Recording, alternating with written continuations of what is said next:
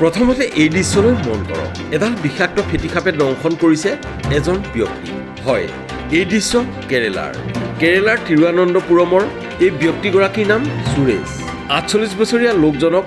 বিষাক্ত ফেটিসাপটোৱে কামোৰাৰ পাছত তেওঁ সংকটজনক অৱস্থাত কোটামান চিকিৎসা মহাবিদ্যালয়ত ভৰ্তি কৰোৱা হয় সম্প্ৰতি সুৰেশে মৃত্যুৰ সৈতে যুঁজি আছে চিকিৎসালয় ২৫০ বাৰতকৈ অধিকবাৰ সাপে কামোৰাৰ পিছতো সুৰেশে কিন্তু তেওঁ কামৰ প্ৰতি আগ্ৰহ হ্ৰাস পোৱা নাই ৫০,০০০তকৈ অধিক বিষাক্ত সাপ উদ্ধাৰ কৰা ৪৮ বছৰীয়া সুৰেশ বৰ্তমান কোটামান চিকিৎসা মহাবিদ্যালয়ত জীৱন আৰু মৃত্যুৰ সৈতে যুঁজি আছে সমগ্ৰ ৰাজ্যই সুৰেশৰ জীৱনৰ বাবে প্ৰাৰ্থনা কৰি আছে ৰাজ্য চৰকাৰে সুৰেশক সহায় কৰিবলৈ আগবাঢ়ি আহিছে চৰকাৰে কৈছে যে তেওঁক উন্নত চিকিৎসা প্ৰদান কৰা হ'ব ইপিনে ৰাজ্যিক মন্ত্ৰী DN ভাসৱানে চিকিৎসালয়খন পৰিদৰ্শন কৰি সুৰেশৰ স্বাস্থ্যৰ বুজ লোৱাৰ লগতে তেওঁক উন্নত চিকিৎসাৰ ব্যৱস্থা কৰে সম্প্ৰতি তেওঁ ভেণ্টিলেটৰত হয় সৰ্প ধৰিবলৈ গৈ এইদৰে সৰ্পদংশনৰ বলি হ'ল